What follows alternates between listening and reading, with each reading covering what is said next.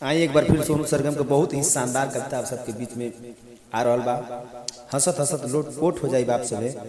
और ये कविता के शीर्षक बा कि एगो घर में छोट चीज एगो पूरी खातिर मार हो गइल बा। और देखी कविता के लाइन में कैसे कहल गइल बा कि राती में हरी सला फड़ा बारियार हो गइल, का बताएं भैया घर में पूरी खातिर मार हो गई। दादा हमार लीवर के कमजोर खैला कच्चा पूरी मचा देना शोर। खाना खाए छोड़ के उ लगला समझावे, पी पी के पानी हमरे मौगी का लगला गरियावे। आ सुन के गाड़ी मोर मौगी का मूड खराब हो गई, का बताएं भैया घर में हमरे पूरी खरतीन मार हो गई। झगड़ा बरावे खातिर गईली हम समझावे, झगड़ा बरावे खातिर गईली हम समझावे। आ बाबूजी पटक के हमके लगल न लतियावे।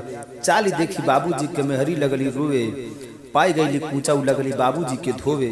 माई चिल्लात रहली खटिया पर सूत के, मोर मेहरी के मारत रहना कुल घर भर जूट के।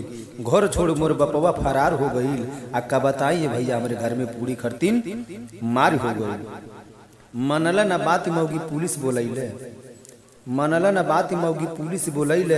आ बाबू मनला न बात मौगी पुलिस बोलैले। अइला कोतवाल और हमरे पर खिसियैले, मौगी के हमरे कोतवाल लेके गईले। बाबूजी के सीनवा हमरे जैसे गदगद हो गईले। आ सुन के बारदात अब जियरा घबरात बा, कुड़ी के पूछे लए भैया हमके पनियो नहीं घोटात बा। भर गाँव में बाकी प्रचार हो गईल, आ का बताइए भैया घर में हमरे पूरी खरतीन मार हो गई। लाइक करें, सब्सक्राइब करें, कमेंट करें और अगर अच्छा लगे तो शेयर करके बेल आइकन को जरूर दबाएं। नमस्कार।